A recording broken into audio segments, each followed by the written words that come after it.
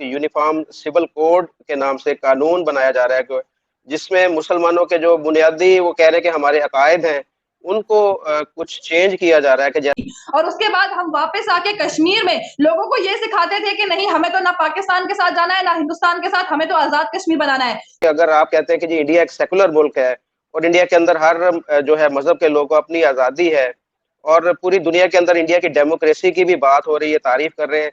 अरे भाइयों, अपने देश को संभालो, अपने देश की इकोनॉमी को स्ट्रांग करो, डेवलपमेंट लेके आओ। आप क्यों कश्मीर के पीछे पड़े हो? और अगर डेमोक्रेसी होगी तो वो एक कॉन्स्टिट्यूशन से चलेगा। कॉन्स्टिट्यूशन कभी आपका थियोक्रेटिक नहीं हो सकता। तो आप ये भी कह रहे हैं कि आपको डेमोक्रेसी भी चाहिए और शरिया लॉ भी चाहिए। शरिया लॉ चाहिए तो थियोक्रेसी में जाइए। अपने पाकिस्तान में पहले आजादी दीजिए लड़कियों को बोलने की। आप पहले अपने पाकिस्तान में देखिए कि क्या सूरत हाल है, औरतों का निकलने से भी डरती हैं कहीं।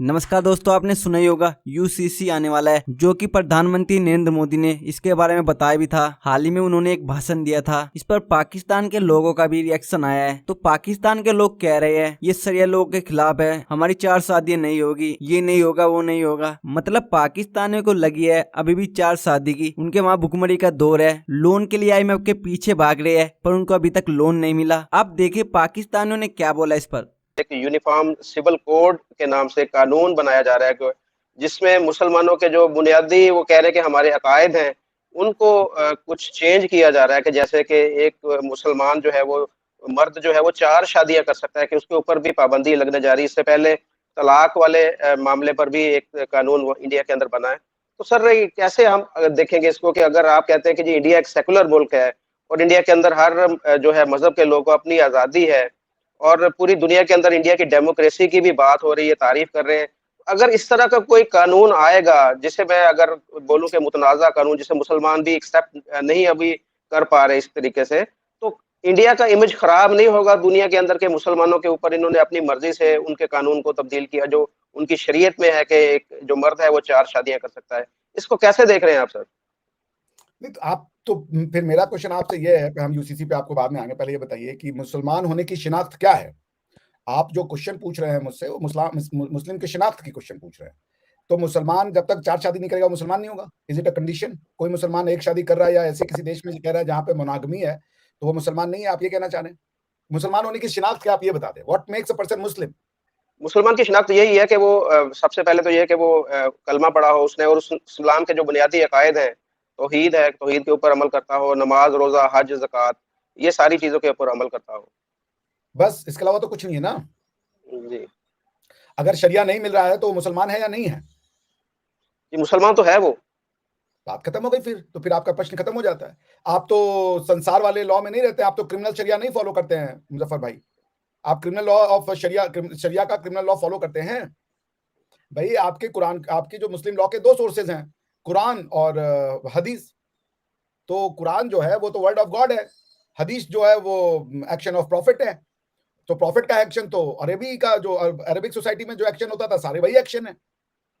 तो अब अगर आप ये, कई लोग आप क्या अहले हदीस होते हैं, कई लोग अहले कुरान होते हैं, कई लोग ये कितने कितने तो आप क्या वो मिल जाएंगे, क्या नाम है, मशलक, जो अलग अलग चीजों से इस्लाम को देखते हैं अलग अलग तरीकों से। क्वेश्चन आपका जो है वो बॉयल डाउन इस प्रश्न पे आता है कि क्या बिना शरई कानून के मुसलमान मुसलमान रह पाएगा, ये आपका क्वेश्चन है।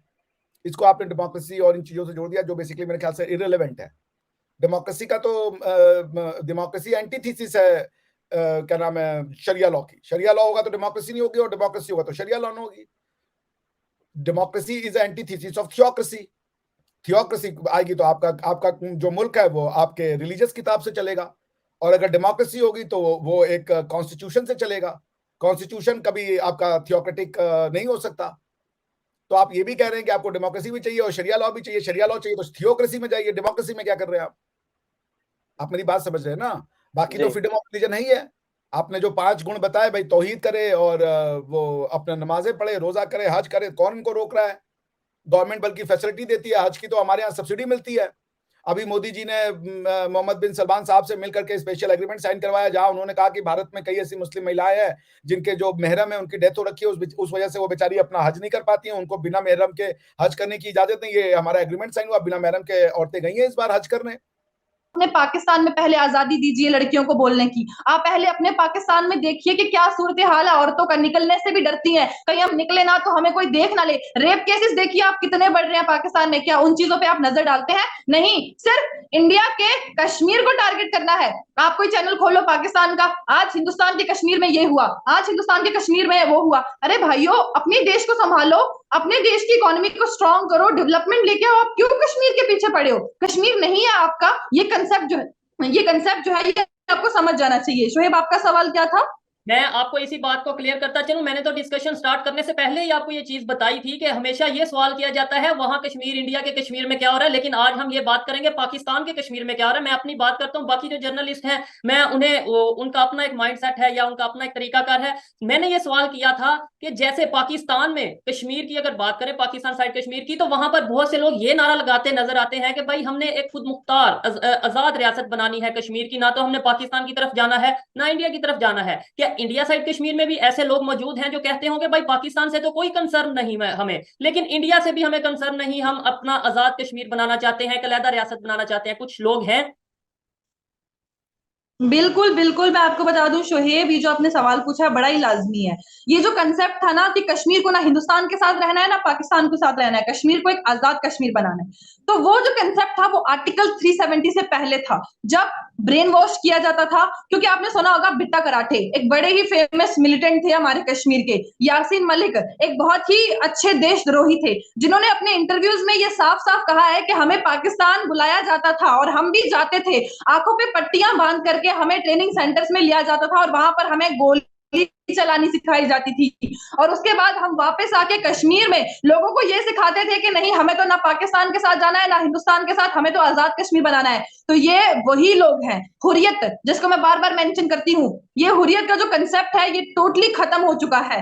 कहीं ना कहीं हमारे जो पॉलिटिशियंस हैं, एनसी के लीडरान की मैं बात करूंगी या फिर पीडीपी के लीडरान की बात करूंगी, मैंने अपने जर्नलिज्म के करियर में देखा है, जब हम कश्मीर में किसी के खिलाफ बोलते हैं तो हमें बड़ी धमकियां आती हैं। मैंने भाजपा के खिलाफ बोला, मैं तो एकदम न्यूट्रल चलती हूँ। जब मैंने पीडीपी के खिलाफ बोला, जब मैंने एनसी के खिलाफ बोला, क्योंकि जो लोग चोर हैं उनको हम चोर नहीं कहेंगे तो बादशाह तो कह नहीं सकते, तो तब मुझे पर्सनली मैसेज करके बोला गया कि नहीं, आप इस वीडियो को डाउन करो।